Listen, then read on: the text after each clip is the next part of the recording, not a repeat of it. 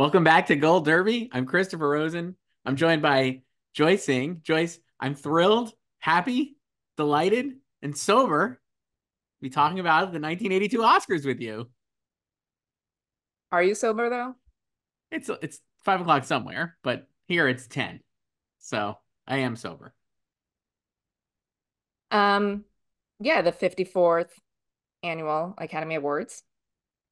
So we're back here to talk about another Oscars playback, Joyce. We're going to go through this year. What a year. Well, not really, but I think these are great movies that were nominated. I don't think the year was my big takeaway was the year wasn't great, but the movies that got nominated for Oscars were great. What were you watching when you were 3 years old? Great question. Probably Sesame Street, I guess. Not a lot of recall for this one, Joyce. I gotta say, and even Uh, yeah, well, I didn't see any of these at the time, so. so, no kidding. So we'll go just some boilerplate stuff first. The 1982 Oscars, Monday, March 29th, 1982. 22 minutes longer than the previous year. Not surprised based on the 20-minute intro that is interminable with the They stars. also had they added they added officially the makeup category, and Yes. then visual effects was competitive again. So last year. The previous year was only 20 categories. Now it's 22, and then they had a bunch of honorary Oscars presented at the ceremony, as they used to do. Now it's at the Governor's Awards, so we don't even see them. And yet still only 3 hours and 32 minutes compared Mhm. to what it would be now. Well, three of the acting winners were not there, I was but thinking that. Jane Fonda gave like a 5 minute speech. So Jane Fonda's speech is incredible. None of the other actors, nothing. Just like, hey, great. John Voight goes off script to accept Katharine Hepburn's Oscar, which I thought was pretty good. Uh, 46.2 million people watched this, 6.3 million more than the previous year, which was delayed a day after, as we discussed on the last episode, Ronald Reagan was shot in the assassination attempt on his life. yeah, well, this year also had a lot of huge box office hits, It's true. and like several of them were also nominated, and a big one won Best Picture. And then another one was nominated, Raiders of the Lost Ark. So So the top, we could do that too. Box office. the Raiders top of the films Lost of Ark. 1981. Yeah, Raiders of the Lost Ark on Golden Pond, the second highest grossing movie of the whole year. Another Hmm. Best Picture nominee. Superman 2, Arthur, another Best Picture nominee. Stripes, Cannonball Run, Chariots of Fire, which won. For Your Eyes Only, James Bond. The Four Seasons, which I got to say, Joyce, had never even heard of this until recently when now it's being remade for Netflix with Tina Fey and Steve Carell. Yes. A date night reunion. Arthur was not nominated for Best Picture. I'm sorry. Thank you. Did And you Time want it Bandits. to be nominated for Best Well, I Picture? definitely had it on my list of movies that would have been nominated if there were 10. And Time Bandits. So that's like a good list. But the thing with this year, I felt like is it's very top heavy because I had a tough time going through the list of movies, even obviously now. Like you said, not watching Taps at the time, but I mean, like I've seen it. Not a lot of other movies though this year. I mean, I think with like these older ceremonies, you just see a little bit more like consensus um with like what's gonna get in, and it's also like a field of five, so it consolidates a lot easier. Whereas like now we have a field of 10 in Best Picture. So it's Mhm. like what's gonna fill out the lower tier, the bottom five, Right. right? Like this past year was easy because we had like a locked 10 and like PGA confirmed it Yes. for the first time. But you know, it's not like that every year. So, but I think like, and then this is also in an era where like box office matters too, and people actually saw movies. So that carried a lot more weight, and we had a lot of hits this year. And certainly like a different era, right? Like On Golden Pond is not going to be a top box office movie, but back then, Katharine Hepburn and Henry Fonda, sure. There's nothing else to do. What are you going to do? Go see On Golden Pond. Imagine if they remade that now. It would be streaming somewhere. It would be streaming, and I don't even know who would be in it. Well, we need old people. Well, do you want to cast like a real father-daughter again, like the Fondas? But then That who you could would do you? like the Derns. I mean, you could do that. They kind of almost did that with Palm Royale. So it'd be like Bruce Dern and Laura And that Dern was the first time together. they acted I know, and together. it's really pretty good. I mean, I guess she's like Laura's already acted with Mom, and they got nominations. So uh, let's think about this later. I like this. I like where your head is at though, because I was thinking of that recently. we're gonna remake On Golden Pond. Remake all these movies. Why not? Like we said, What good else year at did the you box watch in office. 1981? Well, I'm looking at the list, Joyce. Raiders of the Lost Ark.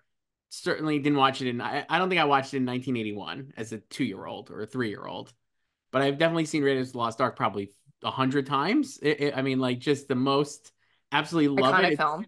one of my favorite movies ever made. Like fully holds up. Incredible movie. Superman 2, I probably watched a lot of, certainly as a young Mm-hmm. boy. Same. Stripes, I've seen a million times. Same. Absolutely hilarious movie, even if the ending is the last act is always like, is it actually funny? But it is a hilarious movie. It's still so good. Cannonball Run, I was never that big of a fan of the series, but I've definitely seen it. And that's it. Arthur, Those are the only similarly. movies. Yeah, Arthur similarly, not the biggest fan, but I've seen it obviously. What else was I watching? Other movies, The Great Muppet Caper. You love the Muppets. I do, but I was much more Muppets Take Manhattan than Muppet Caper or the Muppet Sure. movie, to be fair. Sure. Escape from New York, fantastic. Seen that a lot too. Love Escape from New York. What else did I write down? Stuff. Oh, History of the World Part One. I used to be a huge Mel Brooks fan when I was like a young boy, probably around Did you watch Spaceballs. the series? No, didn't see a single second of it.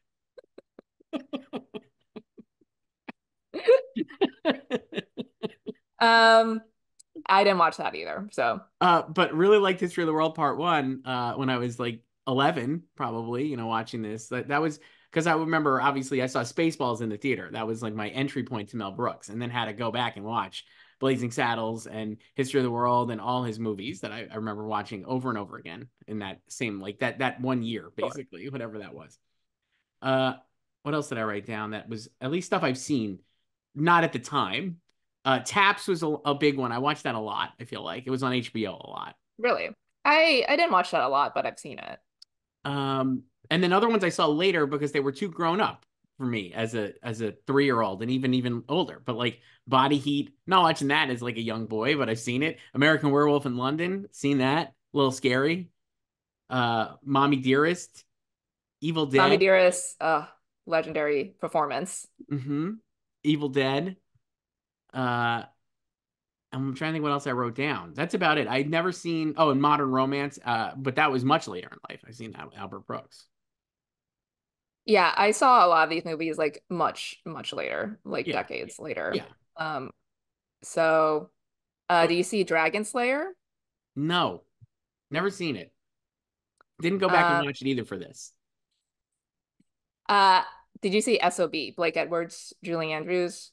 So It's like probably, yes, I have, but I don't really have a lot of recall. But Blake Edwards was, I feel like the Blake Edwards movies and those Julie Andrews were on TV a lot. Also, do you remember Mhm. like in like the 80 on HBO? So I've seen a lot of I've those. watched Victor Victoria A so many ton. times. Yeah. And so I've definitely seen that as well. That gets a nice reference in the monologue with good old Johnny. It's Because great film, a great satire, very funny. you Um, have for Julie Andrews went topless in the movie Joyce. And then he makes a um, joke. yes. And then Blowout. When did you see Blowout, if you ever saw it? I've seen Blowout in high school. Again, not like De not Palma. yeah. Love De Palma. Your De Palma era when you Yeah. watched Mission The Office. Impossible was my entry point into De Palma, Mhm. obviously. I wrote this down, but I never saw it. Endless Love. Great Bette Midler joke during the show. So we'll talk about this during the show. Bette Midler, though, comes out to do the best original Like songs. the presenter of the year. I mean, absolutely annihilates these, like annihilates Just these movies. throwing haymakers the whole time by Comes herself. out It was and great. it's just like endless love. More like endless. No, Endless Love from that Endless movie, Endless Love, because she That's it. presented Best Original Song. Just Um, absolutely crazy. it was hilarious. But I just wrote that down because like, it was like a thing, but I never saw it. Never seen it either. It always reminded me of Blue Lagoon, right? Weren't we talking about that in the last That like was last like week. Yeah. yeah. Well, yeah, last week. Yeah, so I saw the sequel of that first, and then I saw Blue Lagoon eventually. but I Right. never saw Endless Love. No. Brooke. Um, Porky's I saw obviously like much later. I was never into that, but I've seen it. Same. I've seen it. Yeah. I know. I feel like it's gotten. Uh, it's bad, but then it's also maybe not as bad as people think. I don't know. I haven't seen it in a million years, but Yeah, it's like been relitigated a ton over the I years. was more into Animal House in terms of Of my course you like were. Mhm. college comedy kind of trashy things. Yeah. Carbon Copy, Denzel's debut. Yes, I've seen that again, much later in life. Mhm. Yeah. Time Bandits you mentioned. I've never seen Ragtime, but I wrote it down because it got 8 nominations. So a funny thing about this year, I'd never seen that either, as well. And I had never seen Reds, Joyce, which is a big nomination, But yes, yes, I already knew that. and watched it, and it's great as it It's a turns great out. film. It's very long, but So good film. not a movie that I think has a large cultural footprint in 2024. No, it's not a rewatchable. No, you could rent it on Amazon. Great thing about it, first of all, no disrespect to Thelma Schoonmaker, but it has an intermission, and it says plainly intermission. And I was like, "Thank you, Warren Beatty," because now What did you do during the intermission? I turned it off and went to bed, and then watched the rest the next day. It was great. That's exactly how Warren wanted it to be seen. Yes, Warren wanted it to be seen with me on my iPad, rented from Amazon, and going to bed because I was falling asleep on my Yeah, desk. 43 years later. It's great. Fantastic movie. And Hmm. I really liked it. And I think it's a great, I think people would get a kick out of it if they watched it now because of the modern, the politics of the movie have not really aged poorly. And I think it's an interesting take on like modern Hmm. politics and Yeah, I, activist I culture. like it a lot. We'll talk about it more during Best Picture. Certainly. Uh, Um, I love a good journalism movie, so Absence of Malice. I just thought it was a great movie. Very entertaining. Just a very Yeah. entertaining movie. That was mentioned a lot in all of my journalism classes. We Yes. never watched it in class though, in any of my classes, but it was just like brought up a lot. The only Um, journalism movie I've ever watched in class was The Paper, Ron Howard, which is a love great the movie. paper. Fucking great. I don't think we watched any journalism movies in any of my classes. Oh, we also did All the President's Men. That was obviously another one. Well, yeah. Yeah, I don't think we watched any, but I mean like my like thesis class, whatever, was Tennessee Williams and film. So we watched a Wow. lot of the adaptations. Oh, okay. So, but that's not a Nice. journalism movie, No, so no. none of them are. But Thief, Steve, great. Now that's a movie I came to much, much later in life. I feel yes, like that was obviously. like a man fave that people were like, you know, it's good. Thief. Like I saw Yeah. Thief after I had seen like Mhm. many of Michael Mann movies. And similarly, Cutter's Way, much Yes, later yes. watched. So, um, uh, My Dinner of Andre, saw that eventually. Hmm. And then what else is there? I think you mentioned these other ones that were taps. Yeah, Mommy Dearest. Yeah, How so about Atlantic City, which is a nominee? yeah, I saw that later. I liked it. I haven't seen it in a really long time. So it's another one Joyce had not seen. It's streaming on Paramount Plus. And you watched it? Sure did. Uh, Pretty okay. It's like decidedly B. It's like, um, if if it were released now, it would be like the critical fave, and like Burt Lancaster would be like the critics pick It it for reminded and me a like the little. film Twitter Yes, pick. yes. It reminded me a little of like a David O. Russell movie. I feel like David O. Russell's seen this movie many times, and like would certainly be a fan of it. Um, I'm trying to think what else I had written down. Like I said, this is like a weird year because it feels very top heavy, right? In terms of like all the big movies that won multiple Oscars seemingly, and dominated the proceedings. Like the Reds had 12 nominations, 3 wins. On Golden Pond, 10 nominations, 3 wins. Raiders, 9 nominations, 5 wins.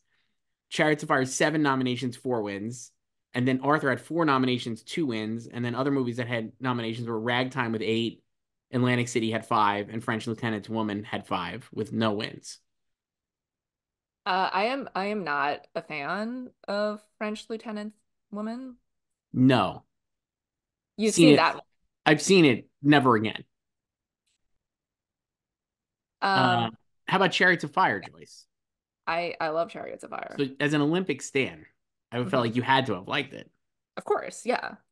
So, one of like the few Olympics movies we have. Where would you So, put it on the list of Olympics movies? Is it at the top? I would put Miracle above it. I love Wow, Miracle's Miracle. great. No Miracle's disrespect to Best Picture when a Chariots of Fire, but you're no Miracle. I love Miracle. My friend and I watched that 3 times in the theater. Miracle is a fantastic movie, without a doubt. Just no Great notes. moments are born from great opportunity. My Kurt favorite Russell rocked. Monarch, Legacy of Monster star, Kurt Russell. Joyce. And I mean, we've mentioned this before, I think last year in one of these, several of the young cast members who played the players have died since in the last 20 years. Yes, So yeah, sad. very sad. But I love that movie. So I would put that above Chariots of Fire, but I really enjoy Chariots of Fire. And I don't think this is a bad win. I don't think it's like, a top 10 win, but I don't really have issue with it. And I know this is one of those disparaged wins, obviously, because So it beat like something more, quote, important like Reds.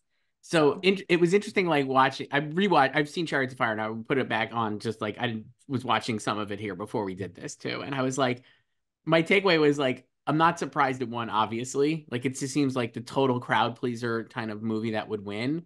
But also, if it didn't have the score, I don't think it would have. Like the score is so over the the score top is good. iconic, Vangelis, anachronistic, but just like those synths. It's so good. I was like, this won a meet like the opening of the movie won Best Picture literally on the opening of the Okay. movie. You know what I always say. You need a good opening and a good ending. And then you have an iconic opening running on the beach with the score. And then that's how they end the movie too. I know. And I was just like, this is like obviously this one. No like Reds is a great movie, but like not a lot you're rooting for, I guess I would say. And it's like kind of like as someone who has literally just watched it, and I can't imagine a lot of people are like really watching Reds and like I said in 2024. But I was just like, it is a really well-made movie, and I think what it won, it deserved to win. Specifically cinematography for Vittorio Storaro because it's like outrageously good and just a beautiful movie. But like, man, I'm not surprised it lost Best Picture here at all. And even though the crowd seemed very surprised when Chariots of It Fire won. was it was an upset, which we can discuss later with the Uh, category, but it was not the favorite going in. no. Um, When it so wins the screenplay award, we'll talk about this too, I guess. We'll just keep saying we'll talk about this as we talk about it. Colin Welland wins, and he says something about like basically like a British invasion of the Oscars, yeah, that's how he closes his speech. which Yeah. made me laugh because I was like, oh, like this is like presaging what we've seen. Oh, like I we've seen mean, you this didn't read as Inside Oscar, but I have a quote in here I didn't read it. No, I about know the you night. read it. Well, You because do you the don't know how work, to Joyce. read, so It's a group project, and you bring the work, and I bring what was that one thing that was I'm gonna you're just riding my coattails to get the A. well, I mean, I think I'm bringing a unique perspective. Wasn't that what the email Unique. said? So I'm bringing a unique perspective, and you do the work, basically. I guess is that right? I don't know. But what does like your uniqueness contribute? Oh, just the pithy banter, Joyce, and we're having such a fun time. I think keeping it light, juggling, There's no like value grade to it. just vibes. Well, Vibes was also the feel of the first video of this playlist for this year because it was like 21 minutes long. Wow. And I was Uh, like, why is this so long? But I assume like they also included Johnny Carson's monologue, which they did. But even like the actual opening with the red carpet, that was super long. so like we said, this was on a Monday night, like pretty great. They open with like uh in New York, like it's 9 o'clock in New York. They do this Yeah, they like gave us the times yeah. because So like I guess people don't know time I zones. don't know.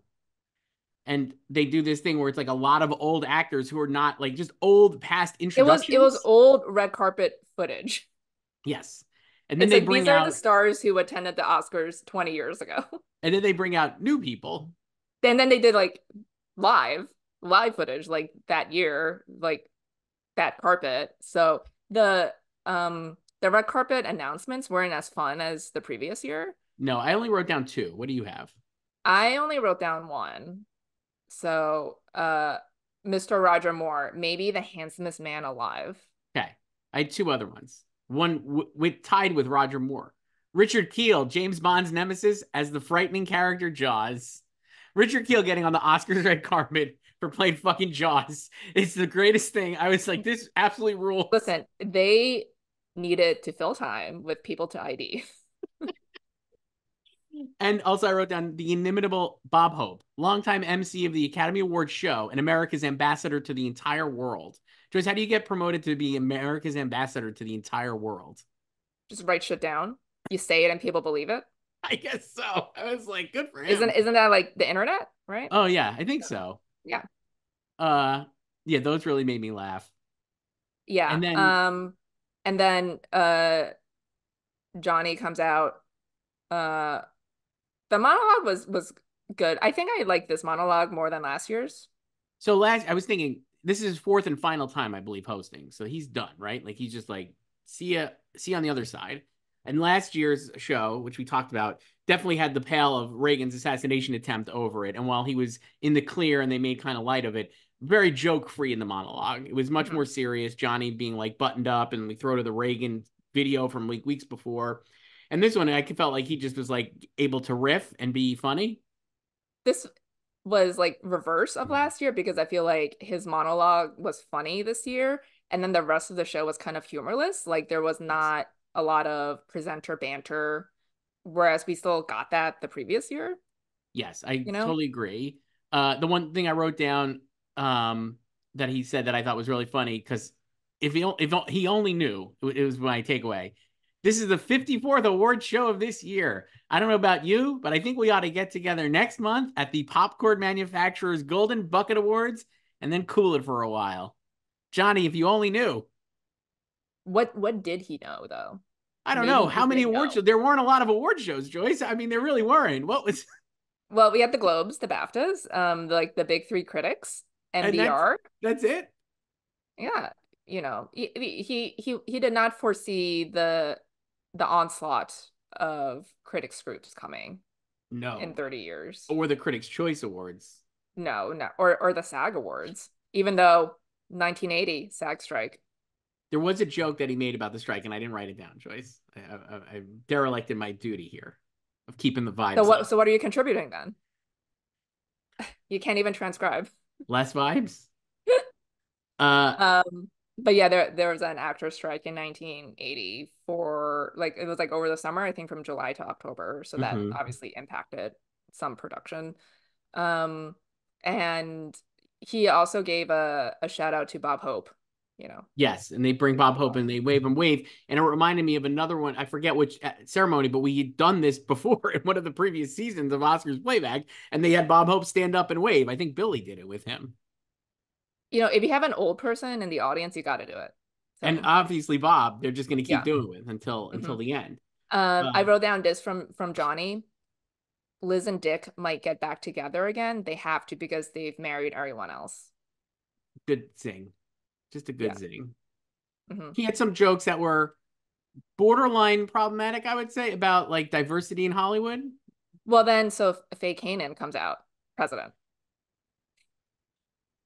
opens with, I don't think we've ever honored an array of films with more diversity. Got notes. You sure about that? I Thing that mean, made me I know laugh it's though. 1982 here, but It did make me laugh though that like that phoniness is still invoke like we'll still say the same thing today. Like there's no everything she said, you're right. It could have just been done today. yeah, Certainly maybe more diverse now than it was then, but also just the same it's sentiment just of like you got people to is pat yourself on the back. So such phony BS, these I'm people. like, what are we talking about here? Like, What diversity? Chariots of Fire is from, I guess, because it's English. Is that what she meant? Like it's it's from British. The British are British? Yeah. diverse. Like okay, I guess that's diverse. I'm like, okay, Faye, sure, let's go with Old it. on Golden Pond. We have old people in a Yeah, old movie. people, we're not ageist here. This is the oldest set of acting winners we've ever had. So Academy not ageist. Oh my Um, god, you that know, made me laugh too. I did yeah, notice that as well. That was so I was good. like, what are we doing here? So Oh my that god. was, and then they gotta explain the voting procedure again.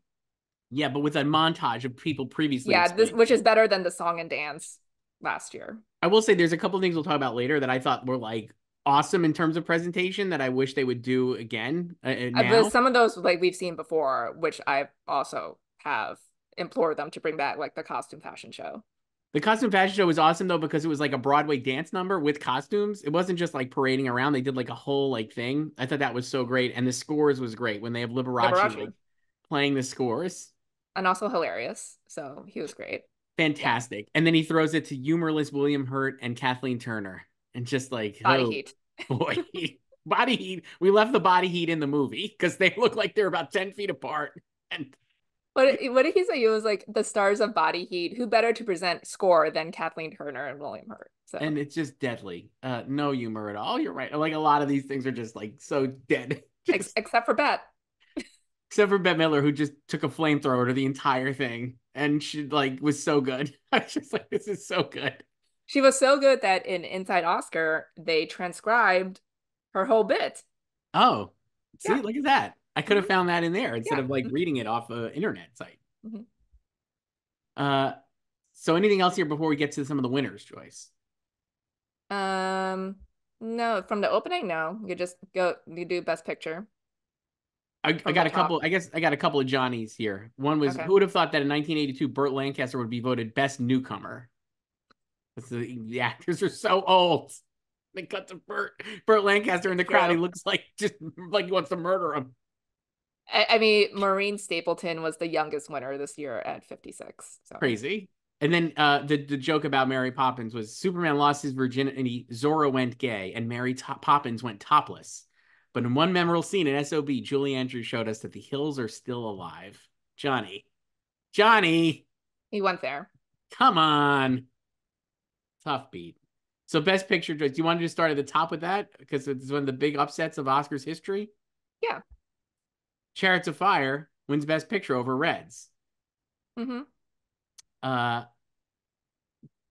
Pretty The other surprising. nominees. The other nominees were Atlantic City, On Golden Pond, and Raiders of the Lost Ark. So four of the five movies here won Oscars. Atlantic City, the only one blanked, and they all won multiple Oscars. Well, going into this award, Chariots, Reds, and On Golden Pond each won 3 Oscars. Yes. So Chariots had won best original screenplay and best score, and one more, best costume design. And Raiders and On Golden Pond had won Best Actor, Best Actress, and Best Adapted Screenplay. And Reds had won Best Director, Best Supporting Actress, and Best Cinematography. Yes. So in all of my research I've done over the years about this, like in the lead up to it, it was like Reds was favored, obviously the most nominations too, and Warren was a lock for director. So, and this is also in a time when usually the most nominated film wins. And also when uh like the yeah, or I guess it's like the same thing. Like the best picture winner has the most nominations, you know?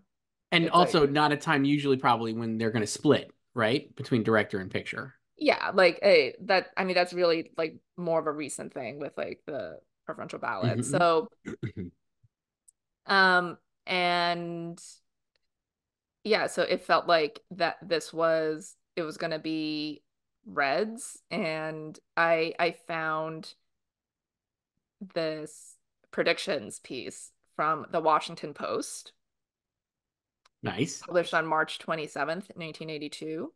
Okay.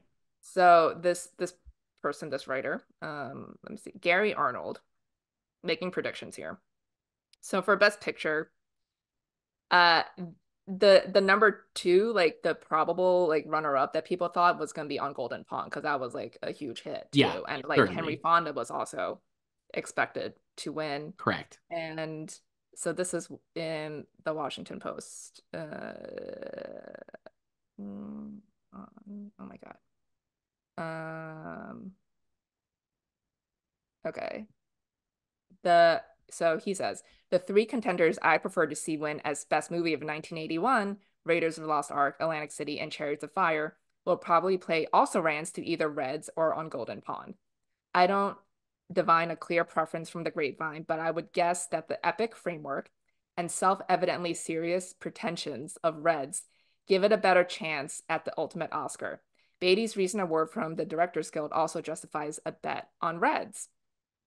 And then the problem for handicappers is that a strong case can be made for On Golden Pond. Box office returns indicate that it's the most popular movie in America right now.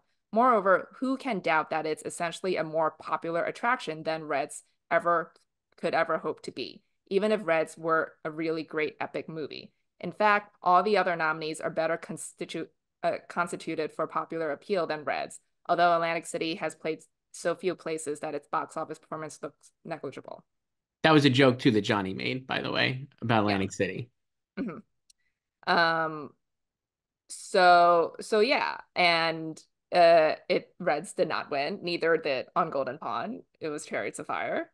So why do you think that? I watching I them have a lot all. of reasons. Yeah. I think the most off-sided one is like you said before, the score. And I think that is part of it too. Just, and like over time too, it's just become so iconic, right? And it's like that scene is also memed to death too. Like what runner has not tried to recreate that beach It's scene? like it's embedded in popular culture, like almost Yeah. immediately. So I think this was a word of mouth hit, Chariots of Fire.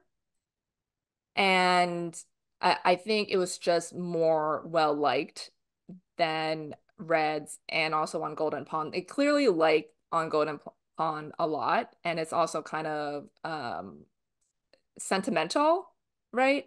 But I think Chariots is more feel good. And I think it Yes. also taps into, obviously it's a true story about the Olympics.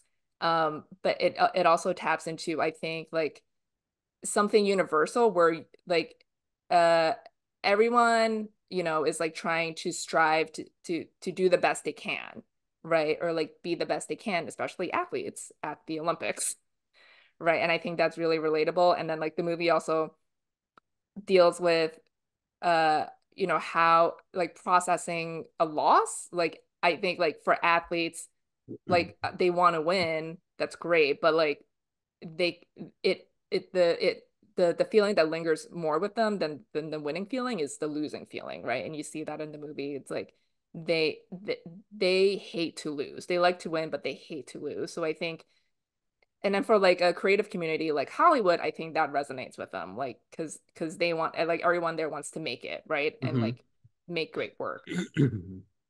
Um and Reds also was not a smash, like either on No. Golden Pond or Chariots of Fire. So it did fine, but it's definitely more. We see this a lot now too. It's like it definitely the more like I respected it, but I didn't love it type of movie. Yeah. I think definitely that's true. Having watched it, I would say I actually don't think it's that. It's interesting. I was like, it's actually much funnier or much more entertaining than I think it's maybe Reputation or what people might expect because it's not as self-serious and like Warren is really like kind of light on his feet a lot during it. Like there's like weird slapstick parts where he's like cooking dinner for Diane Keaton. It's I just mean, like, I think it's a great movie. I love how like intellectual it is, yeah, and I love like the Greek chorus of the people who knew Reed and I love that Louis. Yeah. conceit. It's really, Yeah. I think I it's think like, it's really ambitious in its scope. I don't think it's a perfect movie. I think there's like, some I'm not really into like the love story element of it. well, I it just think kind that of gets to the point where towards the end, and again, as a Reds expert, having just watched this recently for the first time, I was just like, you get to the point where you're just like, what am I like? Once you get past the intermission, it was like, as I was like, what am once I? you woke up the next morning. Once I got woke up the next morning, no, but I was like, what is what are we watching here? You know what I mean? Like it's like kind of like it doesn't lose the thread, but there's like no the story kind of goes to where it goes, but you're just like, what am I supposed to be rooting for here? And like it, I don't know. I think it doesn't work as well while being an incredible movie as some, like you said, like Chariots of Fire or even On Golden Pond, I think is a lot more straightforward, certainly, and like Yeah, for easier sure. I to just felt like digest. the love story kind of, I mean, obviously it was real because they were married. Right. Um, but I kind of felt like that in terms of the movie, it felt kind of like shoehorned in because they wanted to have that some like general appeal for people Hmm. if like they were not into like the politics of it and like, the Russian Revolution and communism. Right. Like And this was something for them to hook on to, but I feel like it it wasn't like developed enough or really I don't know. Like it's not bad like the portrayal. Like the train scene is like pretty famous between them and but I don't know. I just prefer like the actual politics of interesting. the movie more. It's funny because I was like, oh man, like, and everyone is like, I like again, like I think they got it right because I do think it's like Warren as a director, it's a really great achievement, and all these Mhm. actors are amazing in it. Like I actually think It's Diane, really well cast. like Diane Keaton, I think it's maybe that's her best performance. I would say, like I actually think it's better than even Annie Hall. She's so good in it, like just incredibly good. And I think Jack is doing some really interesting stuff that he actually never gets to do or never really did. So it's like he's like off type in it in an interesting way, and he has some great moments. And then Warren is like just so good in it. So I'm like, and Maureen Stapleton won an Oscar though. Of the four of them, I would say she was like my least favorite, but I think that's not a diss on her. Just I think the other three are just much better or whatever. Um, yeah, no, I mean it's like a great achievement, but I do think as a movie, yeah, I could see why Chariots of Fire won. Certainly, I think if On Golden Pond had won, that would have been a strong Yeah, winner I too. think on Golden Pond would be uh a quote worse winner than Chariots of Fire. Like Chariots gets dunked on a lot because it beat Reds. But it like I don't think it's a bad movie at all. And like I think it's just kind of it's like competently made. It's just it's feel good. It's like Rocky. We just had Rocky win 5 years prior. So it's like that like uplifting feel to it. I also wonder I've never really seen any like outlet talk about this over the years, but I wonder if like the real Olympics had anything to do with it because in so this these are the films of 1981 and as we know in 1980 back when the Winter and Summer Olympics were in the same year, we had the Miracle on Ice, another miracle shout out in February.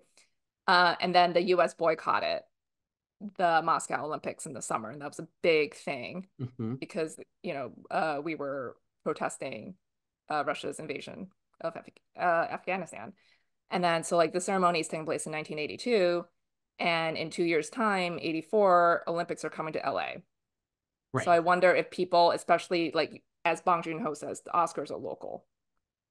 So I wonder if like the nexus of LA voters were just like feeling really like patriotic and like they see Chariots of Fire, they love the movie, and it's like we're gonna have the Olympics in 2 years. And I think like it is a lot more, it's a crowd pleaser, like more so than Reds.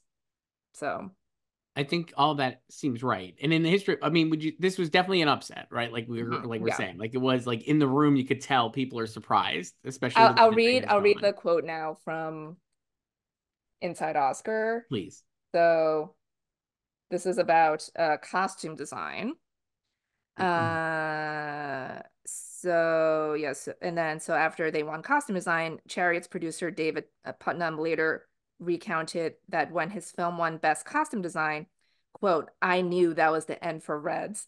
I looked at Warren Beatty and I think he knew also the costume Wow. design one.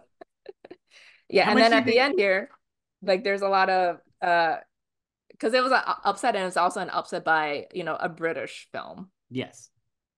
So then so David was also he he said so, obviously Chariots lost director, so uh he so Marilyn Beck claimed that Putnam was quote bitter that Hugh Hudson had lost best director to Warren Beatty and quoted the British producer as saying, quote, he was without a doubt a better director than Warren is or ever will be, and so are Steven Spielberg and Louis Mal. And he asserted that the Beatty's Oscar was, quote, proof the Academy was acknowledging he could raise 50 million to make a picture. And then most of the industry had equally strong objections to the Best Picture victory by Putnam's movie. The New York Post headlined, Hollywood fuming over win by Chariots of Fire, and quoted an identified top official at the Academy, quote, I'm afraid this could be the beginning of a trend we saw in the 1960s. 20 years ago, we started a love affair with the English that lasted about 10 years. Their actors and actresses could do no wrong. We have extremely talented people here in America, and I don't want them to get short shrift. Wow. Not necessarily wrong based on the next year's winner, I guess, either. But But I'm just like, imagine like fuming over that. what it was your sense of watching it, like Warren, obviously, like this is the second time he was nominated for four different things, right? Acting, producing, directing, and writing. So he's got the four nominations here. He had He did previously for for Heaven Can Heaven Wait. Can Wait. So he finally wins his one Oscar here for the competitive Oscar for Reds as a director. Did you get the sense that like people were excited for Warren here, or are just like exhausted and like get him out of here, letting him an Oscar and let him leave? No, I think they wanted him to win director. Or like I think people were happy that he won director, and there's a quote in here from like or saying that like Jack Nicholson was just like, I just care about Warren winning. Like I think Right. people wanted him to win. This was like this is like his like Nolan moment. It's like it's his time, except Oppenheimer won Best Picture. It, So but like I mean even like when they announced Best Picture, Loretta Young announces Best Picture, and like they have the boxes, on the screen of like the reactions, and when she says Chariots of Fire, Warren is just kind of like, yeah, of course. Like I don't think he was surprised. right. He feels like he was pretty plugged in, so he probably had like some awareness Yeah, of his well, movie. if David actually said that to him, so it's like, Uh, yeah, I think it was great to see when I just obviously kept thinking of Bradley Cooper. Like Bradley Cooper must watch this and be like, "This is what I want." Warren has what I want. but did he think Maestro was gonna be his Reds? I mean, definitely could have been, right? Like, it's certainly an It unconventional was love very story. ambitious. Like Yeah. I do like this was a passion project for Warren. Hmm. Um, so, but I mean, yeah, like Reds would have been a good winner too, but it would have definitely especially by like highbrow critics and viewers and like, quote snobs, like it would definitely be more well received than Chariots. It's another case of like a populist movie beating like the more acclaimed movie. Right. I will say, if it was me though, Raiders would have won and would have aged perfectly because it's the best movie here by far. It's funny because I feel like now a lot of people would say that, and like I think it would be a great winner too, but like we all know like that was never going to happen because it was just like the popcorn film, you know? Clearly never going to happen. They only it's funny like watching these old like this like and we'll have it next week for ET I guess too. But I was like you watch these old Oscars where it's like Steven Spielberg fully and also ran not even barely. I think they showed him once during the thing when he's nominated. And he gets mentioned but as a secondary to George Lucas. Do you notice that all the winners always thank George Lucas first as the producer and like kind of putting this together and then they're like and Steven as well obviously. But it is funny how much Raiders was like guided by George, obviously. Well, yeah, because he basically like lets Steven It direct it. and it's funny though that's really what it is, and you get Yeah, the sense that watching it because now I think if you talk to people now, it's obviously like a great Steven Spielberg film, and yeah. it's like it's an incredible movie. But in this Oscars, like he's barely shown, and it's just mentioned George Lucas mentioned times, and like he wins five Oscars, and nobody seems to care that Steven Spielberg directed it. Well, yeah, because we're also looking at it from the lens of like we know the Spielberg now that we grew up Yes, with. yes, yes, But like at this point, juncture in his career, like he wasn't like, respected by the Academy no, yet. definitely So he not. was still like he's gonna dominate the 80s. Yeah, we know that. So But it was funny watching it here. So we said those are the five nominees. I misspoke before and said Arthur would have been a nominee. It was a you wanted nominee. Arthur to be I would nominated. have been if it was 10. What else did you come up with here for like I said, I didn't have a lot. I have Arthur. I think it was just like, Ragtime. It got 8 I got nominations. Ragtime and Arthur. Ragtime, Arthur. Uh, I wrote Absence of Malice. Same. Um, because that acting nominations and screenplay. I I did French Lieutenant's Woman, even though I don't think it would have, I did but too, but what else would have? like I don't know because it's like there's I mean there's like other stuff like we didn't mention like Prince of the City, I so my but I last don't thought was I was trying to toss up between Prince of the City and Pennies from Heaven. yeah like both of them like huge hits with the Globes. So either one maybe could have I made don't it know in. about Pennies because that's like a comedy Yeah, more so um yeah so I don't I just did those and but it was just like set it really from was. And if there were 10, it would have been tough to get to 10. That was my takeaway. and like the picture and director nominees aligned So so we can talk about that quickly. But best director, obviously, we like we said, went to Warren Beatty. And the other nominees are the other four directors from these Best Picture nominees: Louis Malle, Hugh Hudson, Mark Rydell, and Steven Spielberg. yeah and Warren was gonna win and everyone knew this so It's um it's kind of crazy. It's just funny to me that like Warren Beatty beats. It's just I know he would win, and like it is just wild to think that he was in the same kind like here with Steven Spielberg. I just find the whole thing very amusing. Like looking back. uh yeah but again I think it's just because like we know what they are Yes, now yes. so but it's yeah I think this was just kind of like again like his time for this like his one competitive Oscar Hmm. so it wasn't a competition at all And and what other people did you mention here for best director? well just basically like everyone from like Best Picture that might have gotten Milos in like Forman. Milos Forman for Ragtime Steve Gordon who died later Hmm. in 82 for Arthur the Sydneys Sidney Pollack and Sidney Lumet. I have both of them. yeah And then I threw in John Landis and John Carpenter just for the goof. I don't know. Never I would don't know. happen, obviously. I like Warren's speech a lot. I've always liked the speech. Like he Warren's was speech is prepared. great. He Yeah. seemed prepared, but I mean, I just love like Warren Beatty is just hot off the presses. You're just great movie star. Just a great movie star, and like really just understands and understood then like how to be famous. I feel like, and so his speech He's is great. always understood how to be famous. Yeah, He's very good at being famous. yeah, and his speech was Yeah, just he's a great great. celebrity. Um and yeah, like he was only prepared because he had won everything already. And he was dating Diane Keaton at the time. He was. So he gives her a nice shout out because he says something like, I know how like these public statements can be, so I feel good knowing I will definitely have some like private time with you later. And he thanks And Jack. he thanks Jack. Jack is just beaming. So it's like everyone, like his cast wanted this for him.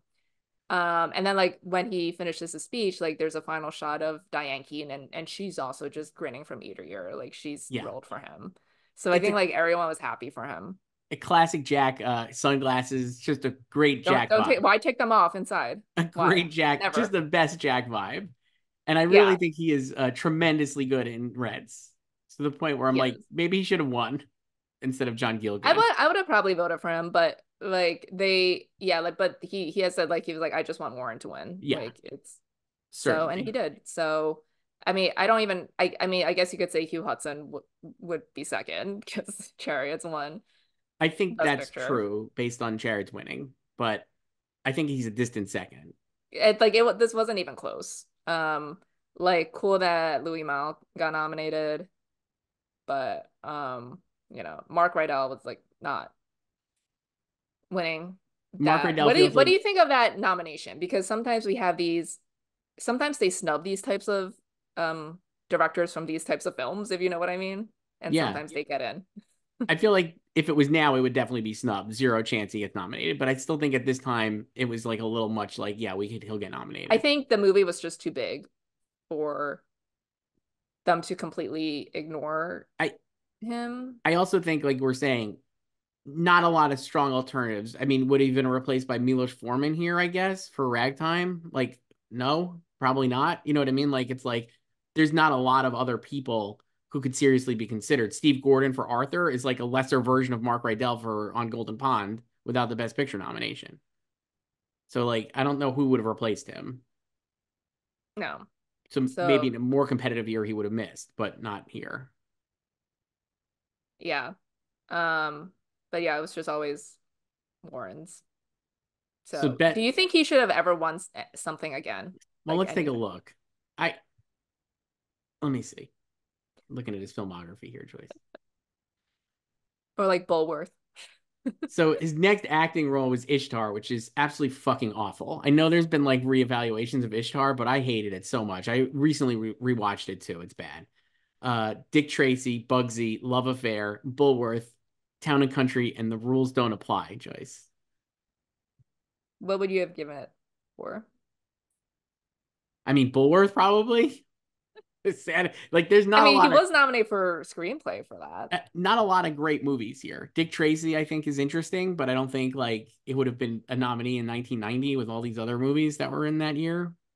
Like for him to could seriously win. Bugsy, He was sure. nominated for Bugsy. Yeah, I mean, it's fine.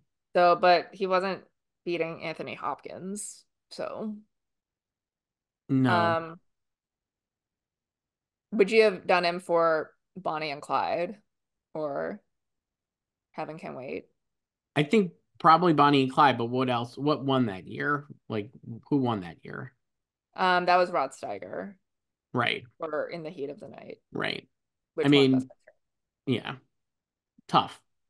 But like he's great in Bonnie and Do you feel Clyde. like they kind of like took care of him and like they don't care? Well, I definitely think if It's he not like didn't his win, out like you were saying, it's not like his like, subsequent output was very Oscar baity necessarily. no. So I don't know. Because like this was his passion project that he got made. So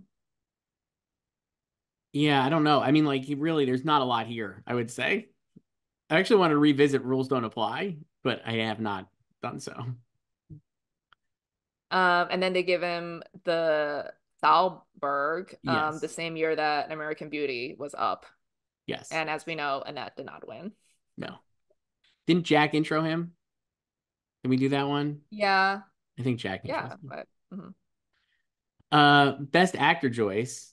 This is probably, like you said, because all the other speeches are not, none of the other winners are there, or except for Maureen Stapleton. Uh, this is definitely the best speech done by Jane Fonda for Henry Fonda, who wins Best Actor a year after winning his honorary Oscar, which we talked about in the previous episode. He wins for On Golden Pond. The other nominees were Warren Beatty for Reds, Burt Lancaster for Atlantic City, Dudley Moore for Arthur, and Paul Newman for Absence of Malice. And this was just another locked one, like director. Yeah, So great list of nominees. yeah, yeah. I like all these performances. Again, like I said, I think like Bert would be the film Twitter pick now. And I think it is like, a good performance. And but he's also won before. Yeah, he's playing like a great loser. Yes, we love like loser gangsters. Yeah, it's not. It's a pretty solid performance. I definitely would not have put him for me, Yeah. but And then like with like Warren, it's like he was I feel like he's kind of like Ben Affleck when they direct. It's like we always talk about like how great the direction was, but when they direct themselves, like we never talk about their acting. yeah, and he's good in the movie. I think he's really quite good. But I mean, Henry Fonda is so good. I think in On Golden Pond. Yeah, it's a good performance, and Jane Fonda acquired the rights to make this movie, so she could make it with her dad and like basically get him an Oscar. And that was like the whole thing. That's always like she's talked about this many times, like back then and over the years. Um, and then I found this from the New York Times um about this. So this is a recap of the ceremony, but they talked to Jane before the ceremony. And it says, in a conversation a few days ago, Miss Fonda said, quote, "If my father were to win, it would be the stuff that dreams are made of. that I could provide for him the vehicle for which he would win the Academy Award. Add to that the fact that he was getting so sick. How often does a kid get a chance to give a gift like that to a parent? It's nice. Yeah. Their relationship in real life was somewhat contentious, Joyce. So that plays out in the movie Yeah, very well. fraught. So, but like obviously they made amends towards the end Yeah. of his life. Uh, So her speech is fantastic. I loved it so much. I thought it he was was like really, prepared. really very well prepared. Like you said, not a surprise that he won.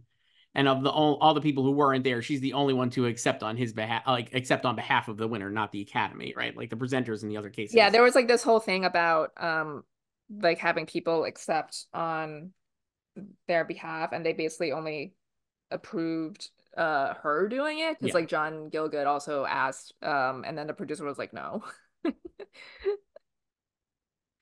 Great speech So though, just great. And it's sad yeah, because, like you said, he died 5 months later, basically. yeah, very sad. And she did bring the Oscar, like as she says in speech, she's like, I'm bringing this over right now with the grandkids, and she did. So So I rewatched it here. I actually watched it for the first another one I had not seen, Joyce. This is wow, another you didn't see one on Golden Pond. I never saw it because, again, like ordinary people, I was like, this is Oscar medicine bullshit, and it's actually quite good as it turns out on Golden Pond. Again, society has told you that Yeah, like this is schlock and you shouldn't like it or watch it. and it is schlock, but it's good. I was like very into it. It's also hilarious. I think it's very very funny. They're so funny as bickering old people, and he's so good in it, and just like kind of really effortless. And like I thought the young actor who plays the boy that he kind of like is with a much like Doug McKeon is just excellent, and their like interplay is great. It's a great performance. No notes. It's yeah, it's definitely you know, schmaltzy and like very sentimental. Yeah.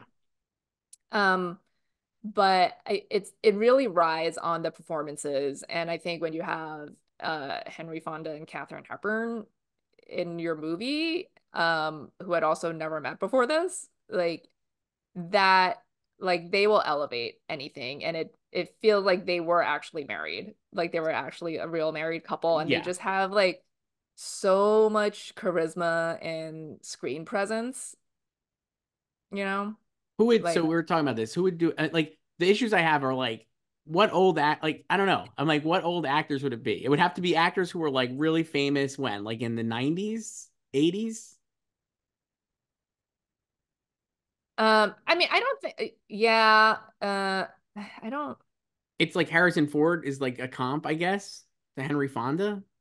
yeah And maybe in terms of the Oscars, it would be pretty much like a similar thing, right? Like Henry Fonda obviously Fonda had never won his non-competitive Oscar the year before. yeah, and there's a quote in here from Burt Lancaster. He was aggrieved that uh Harrison Ford was not nominated for Raiders of the Lost Ark As he should be. because he voted for Fantastic him. performance. Yeah, he Who would voted you for put him. in? So The problem is, who would you knock out to put him in? from this list, Yes. uh, I I might actually do Paul. So I thought that Even though too. I love like Absence of Malice, but like the I don't think like the movie is actually like a good movie script, but it's like it's a good journalism movie, but I think like in terms of like film, I don't know if like the characters really work. I think he it's a case of like him elevating the material. He gets So nominated I again think I would next probably go with year him. for The Verdict, which he probably could have won for if not for Ben Well, Kingsley we know he will win for eventually. Color of So. Money. So like it does feel like where it almost feels like a filler nom. It's just like Yeah, it was a total even, filler nom. but I think you're right. I think I would have put Harrison Yeah. in So Burt instead. Lancaster, disappointed that Harrison Ford was snubbed, quote, he's a remarkably good actor. In that role, you have to bring something special to it to be funny as well as a good actor. No notes there. Burr Yeah. Lancaster speaking the truth. Yeah. Do you like? I guess if it was now, like truly, it would be like Harrison Ford and Meryl Streep, I guess. But like, it doesn't feel like it would be as like this felt like. Tell me, No, I don't uh well, let me tell me if you think I'm wrong. As someone, neither one of us were. I was alive, but not going to be in the theater for this. Right? It feels like a part of the reason this was like so, like like a blockbuster, right, for lack of a better term, or people were excited, was to see these two icons together Mhm. and like had not really seen them a lot, right? Like in like together, certainly, or like as they're older, right? They're older, and this is like a last hurrah kind of thing, certainly for Henry Fonda. But I'm like, Meryl is never not around, and like Harrison Ford isn't like everybody's too around. Like we were saying this like last week when we were talking about like the what old actor is going to pronounce get Best Picture, and like who would it be? Who would be a surprise? I'm like, nobody goes away. Like Meryl Streep's never away. She's never not in like But a movie ironically, or a this is her show. longest stretch without an Oscar nomination. Like she's still in stuff, Yeah, but but you know what I mean. Like she's not like she's so visible, and same with Harrison Ford. So I'm like, who is an old like I don't know who it would be to replace them here in terms of that. Like I just feel like they're too everybody's too there. yeah, I think the difference is also like back then, a lot of actors, I think it partially by choice and also partially by circumstance. Um, as they get older, they would, start to semi-retire, right? Like some people are Right. just burned out, right? Yeah. It's like I accomplished everything I wanted to do, at my peak, basically, like when I was younger. Now it's time to like relax and chill. I'll do like less work. And sometimes like people want to keep working, but the opportunities are not there because Hollywood, usually Right. women, Yeah. you know?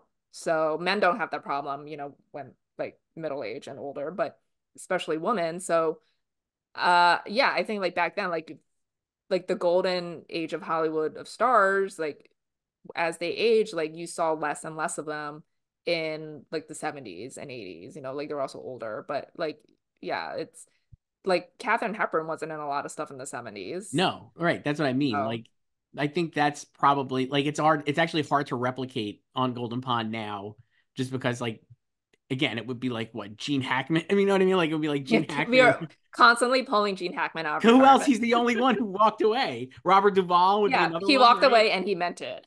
Right. Jack would actually be like it would make sense for Jack too, who's obviously retired as well, or not officially, but officially. Yeah. I don't It, know, but like we still see him at Lakers games. I know. So And like with the actress, I mean, I don't know who else it would be. It's hard to find like it would maybe I don't think it can be Meryl because like you said, like we see her all the time. Deborah Winger, Shirley MacLaine.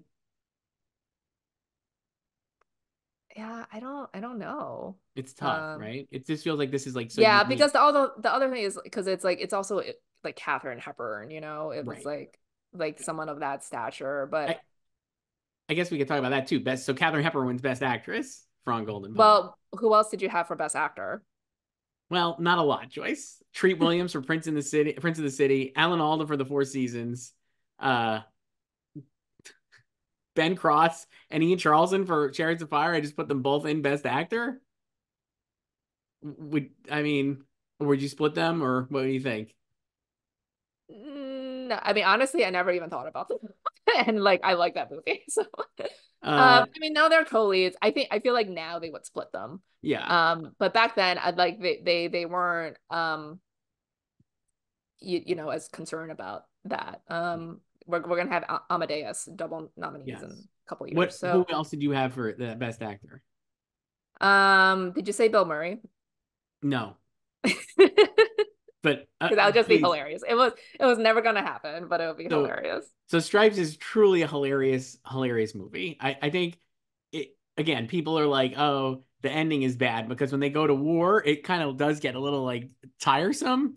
But those opening moments and a lot of the basic training stuff is just absolutely hilarious. I love it so much. Warren Oates is so good.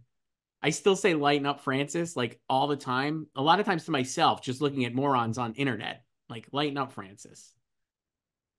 I have Fantastic. a lot of like go-to quotes like that when Uh, yeah. Another one I love is it's truly one of the hardest I've ever laughed watching a movie is when he throws the basketball out the window and then he's like, little help, and it comes. He doesn't move.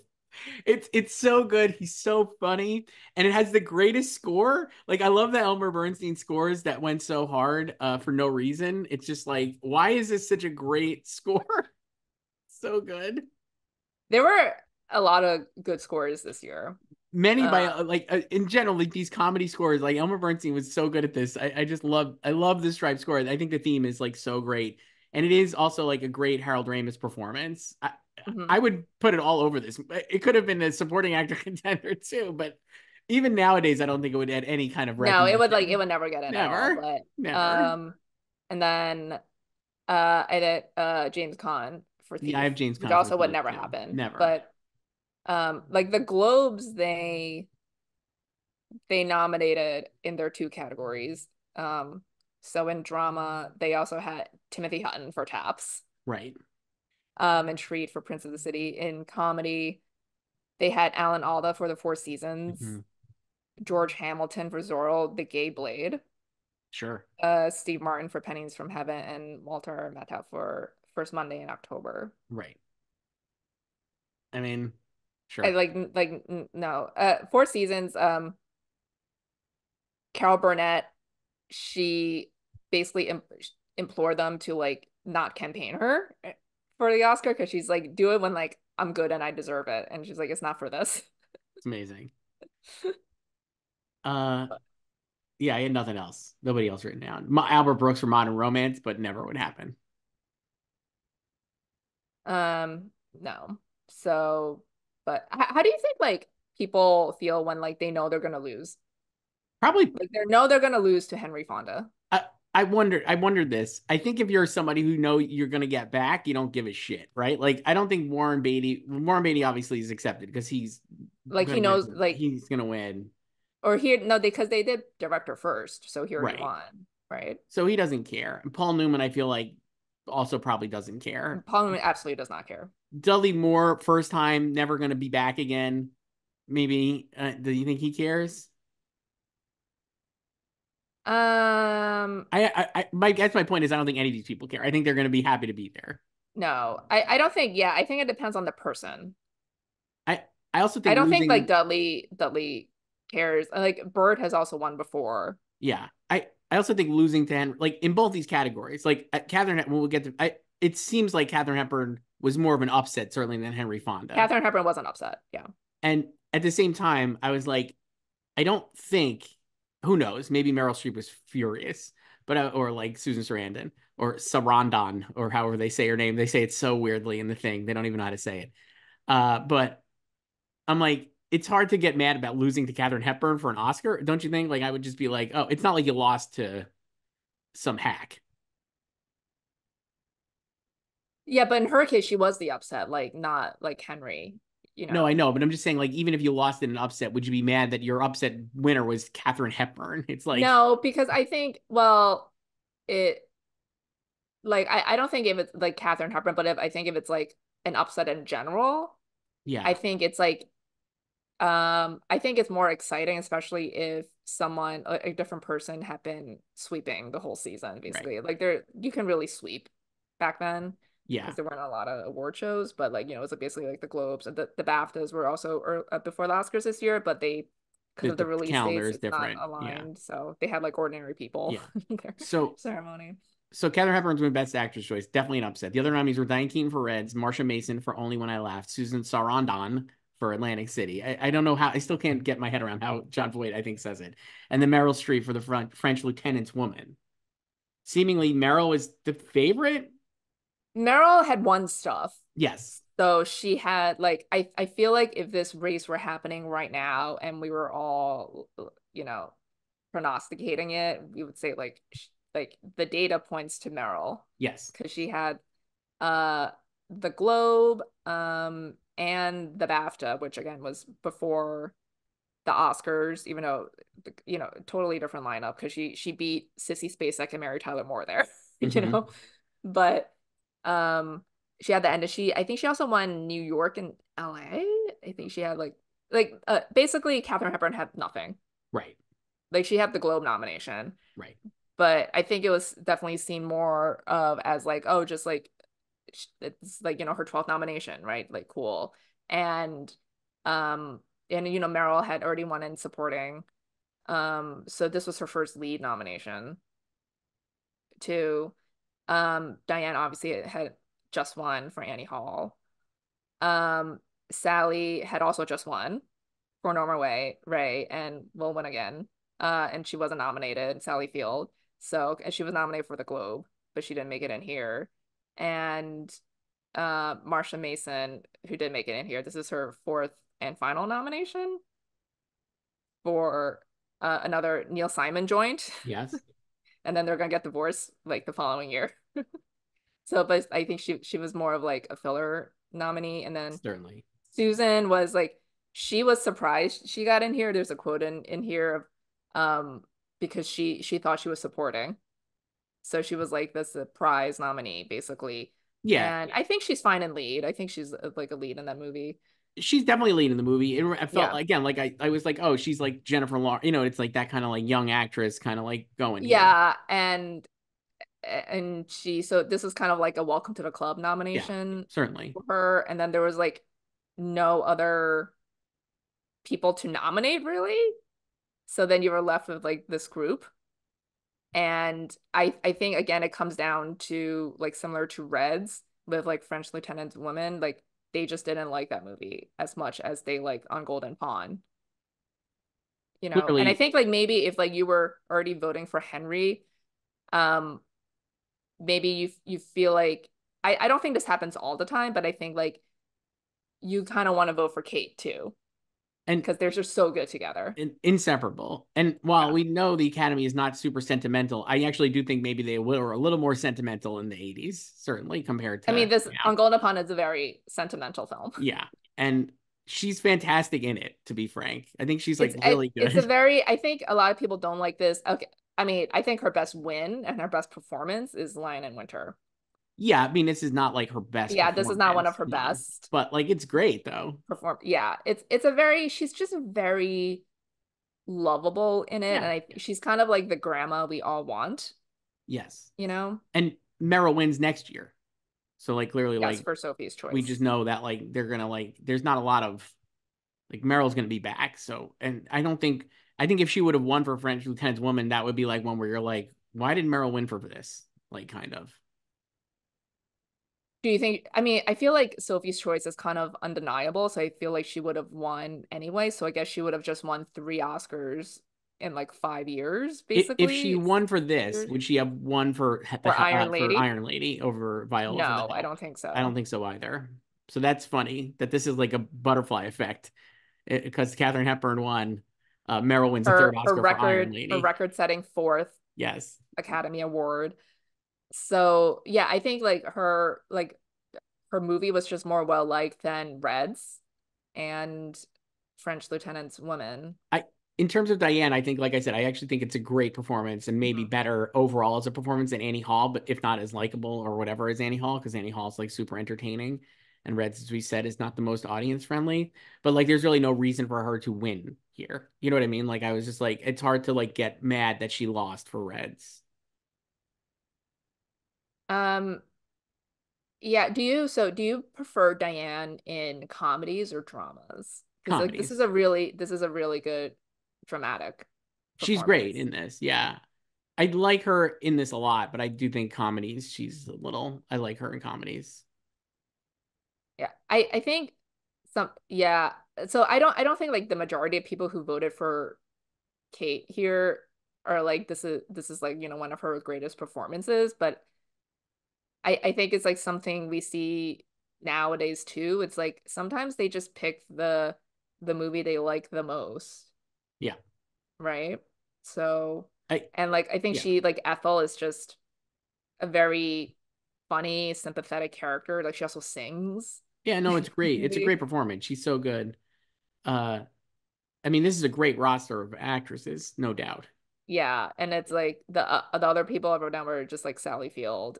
I have Um, Sally Field, Liza Minnelli for Arthur, or could she be supporting? I guess they could. Julie Andrews And Julie for Andrews. How about Faye Dunaway for Mommy Dearest? An iconic performance. I would have nominated her. Certainly. She was not even, you know, within a touch and distance of a No. But nomination, but if you look at the list, the not like this is one of the most iconic performances, yeah. certainly of in history. Not even within striking distance, like you said. Kathleen Turner for Body Heat. No, but Bernadette Peters won the Comedy Globe for yes, Pennies I from have her Heaven. listed too because of that. And Yeah. Maggie Smith for Quartet, though I don't actually know if that was the right year. Um and Yeah, so this was, and Catherine wasn't there.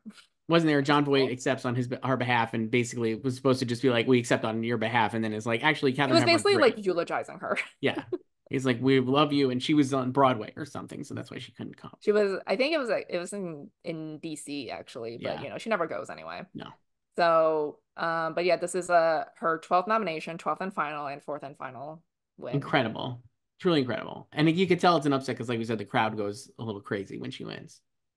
So, do you, if you were in the audience at that point and like before Best Picture, like what would you think was winning Best Picture since these three films won three awards and there was an upset in Best Actress for On Golden Pond. Like the other ones were not upsets that they each won, really. I mean, I maybe actually Close to think Divine I would have said On Golden Pond would have won.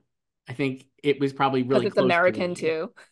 I actually think it was probably second instead of Reds. I think Reds Hmm. is third, comfortably in third, because I just feel like with the best actor, best actress, and the screenplay win for On Golden Pond, plus obviously a great affection for the movie based on like what we were just saying, like Henry Fonda and Katharine Hepburn and Jane Fonda. It just feels like, and the material, it just feels like that. I would be surprised. I would say it came very close to winning. That would be my guess. I think the score and the score really put on Chariots of Fire across the finish line. It's the terrible pun, but I really think the score mattered. On It Golden Pond was is a it was nice it score wasn't a too. sprint. It was the 400 meters. It wasn't 100. So On Golden Pond is a lovely score as well, but I think that's really what did it for Chariots of Fire. yeah, I agree. Like I feel like Reds might not even be second. No, I don't think so. So, because this is also remember like the 80s, or we'll see eventually in the 80s, like this was like the sentimental decade when they kind of went for this like feel good type of stuff, or like stuff that made them feel good Yeah. too. So, Uh, Next was supporting actor. We mentioned John Gielgud wins for Arthur, not there to accept. The other nominees were James Coco for Only When I Laugh, Ian also Holm, a Razzie nominee. Ian Holm for Chariots of Fire, Jack for Reds, and Howard E. Rollins Jr. for Ragtime. Uh, I mean, I think John is good in Arthur. Uh, it's I think it's like it's cool. It's good to be able to call him an Oscar winner. I don't know if I would have given him an Oscar for this. Tell me if you feel this way, like like when you watch some of these. It's funny to think of these as old movies, but they are obviously old movies. We're talking like 40 years ago, right, or whatever. But I'm like, when I watch Arthur or think about Arthur, I'm like, it's so derivative. Like movies are so derivative of Arthur that I feel like you lose the the allure of the original like kind of thing. You know what I mean? Like it's like this is such a I've seen this kind of thing and this kind of performance like a million times. I feel like so like to me, I'm just like, who cares that you went for Arthur? But I'm like, I guess it was cool probably at the time and like different maybe if you're like living through it, right? It's not as derivative then as it is now. Well, If yeah, that because you makes don't know sense. what's coming Right. in the It just future. is funny to like think of it in hindsight, I guess. Yeah, I think this I mean this year obviously just kind of very reverential to these like legends, It, so I think another that's also part of it too. yeah, and another category that I had a hard time thinking of anybody else who I would have been nominated. I would do Robert Preston from SOB. I thought Denham Elliott for for He Raven. got he got a BAFTA nomination. He's so good in it, and like would have been really fun. And like I said, I think Jack probably could have won because I think this is like one of his best performances. But I at the would have same probably time, voted for Jack from this if I were a voter back then. yeah, same. Um, But he'd already won, and he is already just won and he's gonna win in supporting for terms. Uh, so now as we'll talk about Terms of Endearment when we get there. One of my favorite movies of all time. I think it's a fucking masterpiece. But I how hard do still, you cry when you watch it? oh, I cry all the time watching it. Yeah, it's great. Just so sad. The mom stuff is great. But I just don't know how I'm like, it doesn't. It's not a makeup win for this, but I'm like, he's not as good in terms as he is in this. No, I didn't think that was, like best picture. Like it's and like obviously they like terms more than Reds. Certainly, and he's great in terms too. He's great. Period. But I'm like, Yeah, I I just think am it's just like surprised he I mean like won. him playing Eugene O'Neill and it's just it's a really great performance. You also never see Jack. it's like when we were talking about last week, like Robert Redford not being able to be in like Graduate because it's like he has no idea what it's like to strike out with the girl. You never see Jack in like this offbeat position where he is not the chosen man, object of affection, or like he's like, shunned and cast aside. And I'm like, it's really good. Like he's like really, really good with this. And his scenes with Diane Keaton are incredible. I found Hmm. it like so, it's like a fantastic performance and not typical of what you see from Jack. That said, he didn't really need to win, I guess, for this. And like you said, John No, Goodwin's yeah, a he's legend. already. So, Oh, it's funny because like when he was like losing like early in his career, like in the 70s, like he hated going to Oscars. Like I talked to Michael Douglas a couple years ago, who nice. produced uh One Flew Over the Cuckoo's Yeah, of Nest, course. obviously. So he was talking about that ceremony and how they had not won anything like the first half of the night, and he had to like before the ceremony he had to convince Jack to go because like Jack didn't want to go because he's never won. He's like, I'm not gonna win again, and he's like, please do it for the movie. So they kept losing all the awards early in the ceremony, and Michael said, Jack turned to him, he's like, I don't know, Mikey D, it's not looking good. And then they won the big five. It's awesome. It's so good. Yeah, so I Uh, think it's like, he like Jack is just like loving life, yeah, like he's already won. He clearly is proud of Reds and this performance, but yeah, he's like focused on Warren. yeah, definitely. And then supporting actress, more. I didn't have any, but do you have anybody else? I don't. You said who else did you? Oh, from SOB, right? Yeah, that was it. Yeah, We did Robert not a lot of. Preston. And then supporting actress Maureen Stapleton wins for Reds. The other nominees were Melinda Dillon for Absence of Malice, Jane Fonda on Golden Pond, Joan Hackett for Only When I Laugh, and Elizabeth McGovern for Ragtime. Uh, I don't get. I honestly don't get this win. I don't. She's good in it, but it's not like an overwhelming performance to me. I would have given it to her for interiors. Hmm. Yeah, I think she's much better than that. I think she's good in Reds as Emma she Goldman. is good, But but I think it's also like the competition too. I don't. I I don't know who I would pick otherwise. I guess it would be the thing. I don't It's even like think. she's in the strongest movie of these. I guess like Jane, but like Jane had also just won, and I I don't think like on Golden Palm was gonna win three acting I I also just don't Oscars. think Jane is great in On Golden Pond. I don't think so either. I think she's fine, and I feel like the reconciliation between her and Norman is like kind of bad. I Um, agree. It's so yeah, funny because I was like, it is. It almost feels like because of the relationship she had with in real life. Henry in real life that she was like, I don't actually need to do anything in this scene Yeah. because it's like my real the audience will just be like, I know what's going on because I know their real life story. But I'm like, it just doesn't work because of that. Like I've seen her be so much better.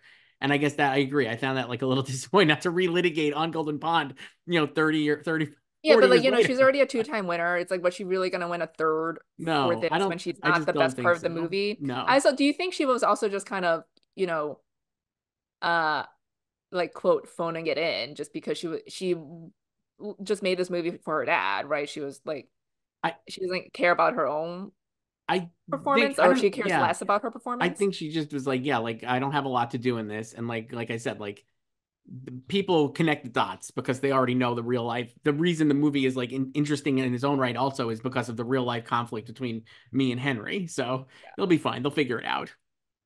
Yeah, so I feel like it was just kind of like that. And Yeah, nobody yeah, else like here, I guess, was gonna win. yeah, so and like, Reds, like she's good in Reds. Like I don't think it's her best She performance, like I is. said. She is. I like the So Elizabeth McGovern nomination because it feels like after Ordinary People, they're like, let's get her in here. She was good in Ordinary People too. this was like her makeup Yeah. nom Yeah. makeup sort of, Yeah. yeah. But I mean, like, yeah, Maureen, she won the few critics awards back then. Like Hmm. she won LA and National Society, I think. Yep. So And a um beloved figure, like you said, and like many time mhm. nominee. So Yeah, it's not a bad win. she was only in a Grammy short of an EGOT. Like she Pretty won a great ton of speech. shit. Yeah. So Uh, and a great speech, which I referenced earlier about her being sober. mhm. And then she mentions, you know what? I love that. I wrote this down because I thought it was so funny. She mentions how her inspiration was Joel McCrea. And Jack is like, ooh, Joel McCrea. Like he could see him mouth it. Like he's so Yeah. impressed that she shouted out Joel McCrea. I was like, Jack. He's just so funny. I love Jack. They never talked about this during on Never set or like once. during the promo tour. No. Uh, so those are the acting winners. Great. And did you have anybody else for supporting actress? Supporting actress. Um, Not really. Like I wrote down Christy McNichol for Hmm. Only When I Laugh. I got Karen Allen for Raiders. Yeah. Mary Steenburgen for Ragtime. Hmm. Like that, I mean, that was a large cast, but I Yeah. feel like yeah. So And then the screenplay winners, like we mentioned earlier, was adapted screenplay goes to Ernest Thompson for On Golden Pond, who adapted his own play, and Colin Welland wins for Chariots of Fire for original screenplay. yeah, and Ernest cosplaying as John Voight with the white scarf. Yes. And then all the other movies that we've mentioned were nominees, as you might expect. The Absence of Malice, Arthur, Atlantic City, and Reds for original, and then French Lieutenant's Women, Pennies from Heaven, Prince of the City, and Ragtime for adapted. Sure. I didn't write even down any other movies, frankly, for these. You wouldn't Stripes, have nominated Raiders. Stripes or Raiders, I guess, would be the big I would have one. done like SOB. Um, yeah, you could do Raiders. You could do Body Heat. We mentioned, Adapted, I think, is harder to find alternatives. yeah. So I guess you could do like Cutter's Way. I mean, this on Golden Pond win feels like one of the most locked locks of the whole thing. Like, what else would have even won? At least Chariots of Fire, you could be like, oh, maybe Reds or Arthur or like all these Yeah. other, yeah. Yeah, like I don't think they liked French Lieutenant's Woman, you No, know. And I not Pennies or Prince or Ragtime. So no. What else did I write down? In terms of other winners that I was like psyched, we mentioned the song with Bette just nuking everyone. It's just like kind of unhinged, Bette Midler. great. And then it Uh, was David Putnam, right? When he won Best Picture, he was like, I need Bette Midler, or what did yeah, he say? Yeah. I think he I wish did. I was Bette Midler right now. Yes. Arthur's theme, The Best That You Can Do Wins, a classic song, Mhm. but also classic songs all over this. Endless Love from Endless Love, The First Listen, we Time It used to have great Happens. music in Yeah. movies. For Your Eyes Only, and One More Hour from Ragtime, music and lyrics by Randy Newman. This is a great category, but the Arthur theme is just fantastic. You can't go wrong there. Yeah. And then obviously score goes to Chariots of Fire, but this was also a stacked category. So the nominees are Chariots of Fire, Dragon Slayer, On Golden Pond, Ragtime, Randy Newman, and Raiders of the fucking Lost Ark. John Williams, the most iconic theme in the history maybe of movies, I would argue. Listen, just like wrong year to come out. It's truly like, wait, seriously though, like I would say even more iconic than Star Wars is the Raiders theme, and yet so it's the most I would say like literally the most iconic thing John Williams has ever done, and yet still not a. I'm not mad that it It was lost. not Vangelis. I'm Okay. not mad that it lost because the Chariots of Fire score is so incredible, and If the it if theme it they is just it was just, two fastballs in the same year oh my and god, one the had to theme lose. it's so incredible. The Vangelis theme, it's just Especially when you think truly. about like, weak years in score, but Truly imagine Chariots of Fire without this music. I don't think it would have even been nominated for Best Picture. How's that for a takeaway? If it was just some other random filler temp score, like listen, that it's all part of movie making and movie magic. It's all the it ingredients. sure is. It's just an incredible, incredible I mean, like, score. what is Raiders without that score? True, true. Uh, You could say that about any movie. So it's uh, were you I wasn't necessarily surprised, but were you surprised that the Reds score didn't make it in because it was co-composed by Stephen Sondheim? a little bit because I think it's a really good score, and the theme Yeah, is but I really think it's great. not like as obvious as some of Yeah, these other scores. yeah. So, Uh, and like you were saying, I mean, a lot of great like Stripes to me and Escape from New York are two incredible scores that obviously would never get nominated, but like I was like, those are ones I've listened to a million times. and then like we said, makeup introduced for the first time this year, only two nominees. So this was like a huge deal the previous year because the board of governors did not vote to give a special Oscar to the makeup team from The Elephant Man. Yes. So that was the only way that makeup artists could be recognized prior to this year is if they could only get special Oscars if they have enough votes from the Right. board. Right. So that was like a whole deal the previous year. So they lobbied for a real category. So introduced this year. Only two nominees, American Werewolf in Paris and Heartbeeps, but Rick Baker, iconic makeup artist, wins the first of his 7 Oscars. Pretty cool. It's actually really, really cool that that Rick Baker wins the first Oscar, like the first time this is a category that Rick Baker won. I think that's like really It's cool. fitting. Yeah, and it's like you said, like he's won 7 Oscars, right? So it's like the other nominee is Stan Winston, which is just hilarious because if you're gonna not be Rick Baker an Oscar winner, then you're gonna be Stan Winston an Oscar winner, basically. Um, yeah, and then I don't know, like the other winners like made sense to me, you So know. Raiders wins 5, like we said. It wins visual effects, in a smaller category. Joe Johnston obviously was the name, a standout name for me that I saw there, obviously winning. Film editing, Michael Kahn, our boy, love that win. A young Michael Kahn. Young in quotes, he's still adult Young. to me. Yeah, wins over Chariots of Fire, French and on Golden Pond and Reds, which I'm not surprised.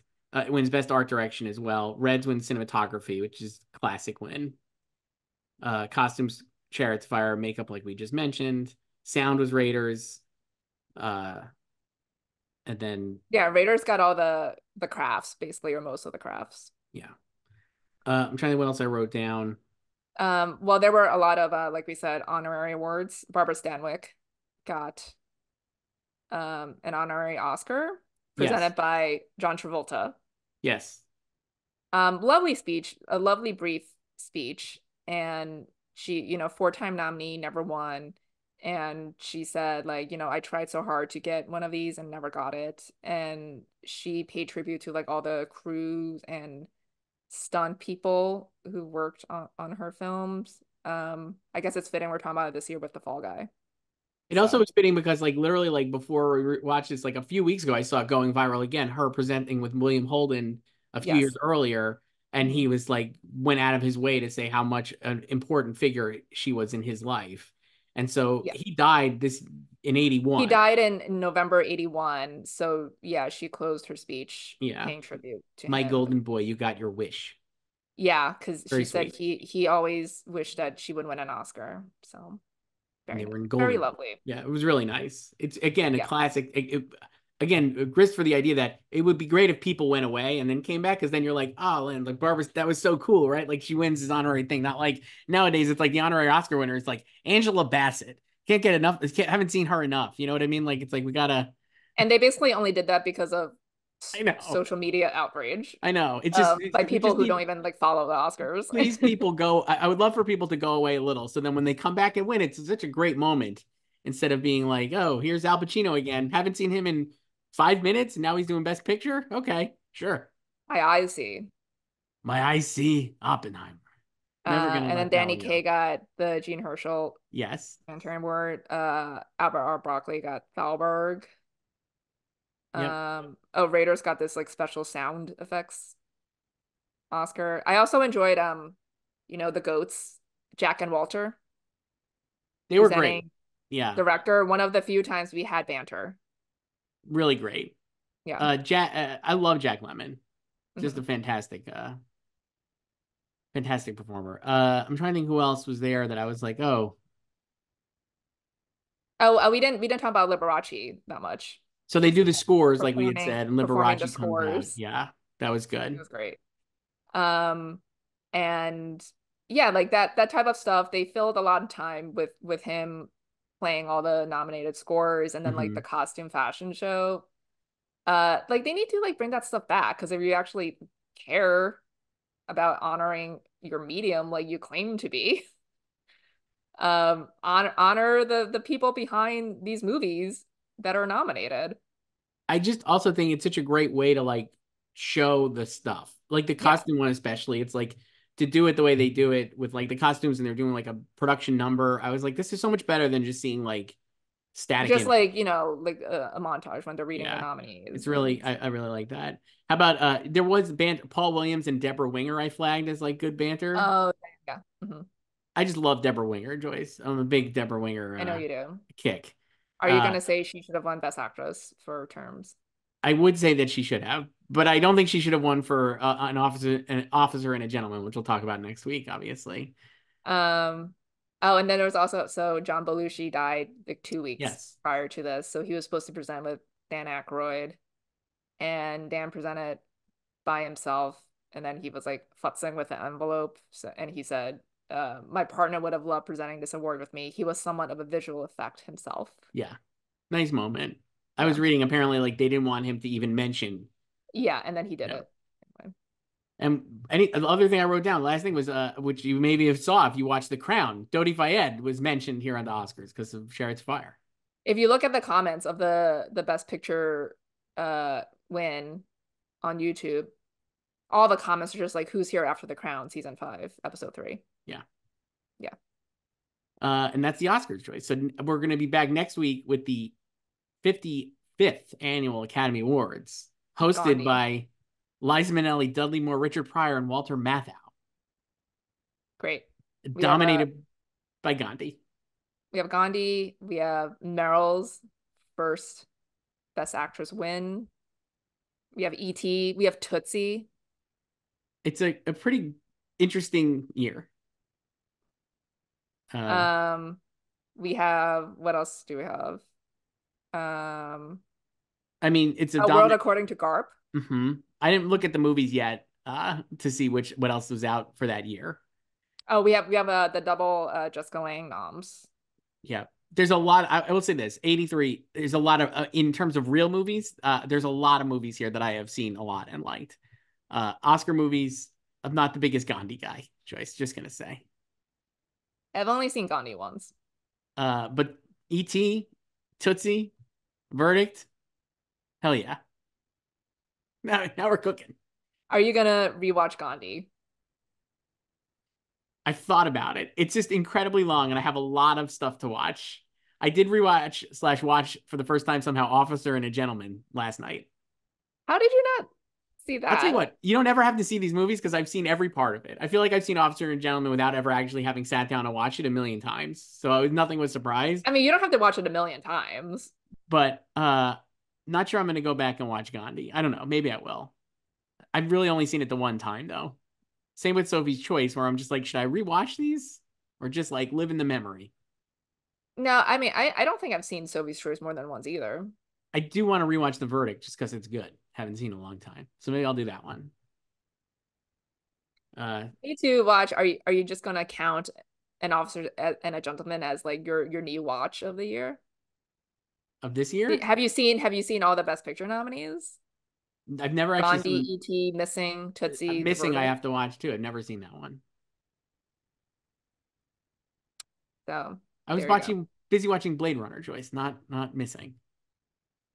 We'll talk about that and all these other ones on the next episode of Oscars Playback. I'll talk to you then, Joyce. Goodbye.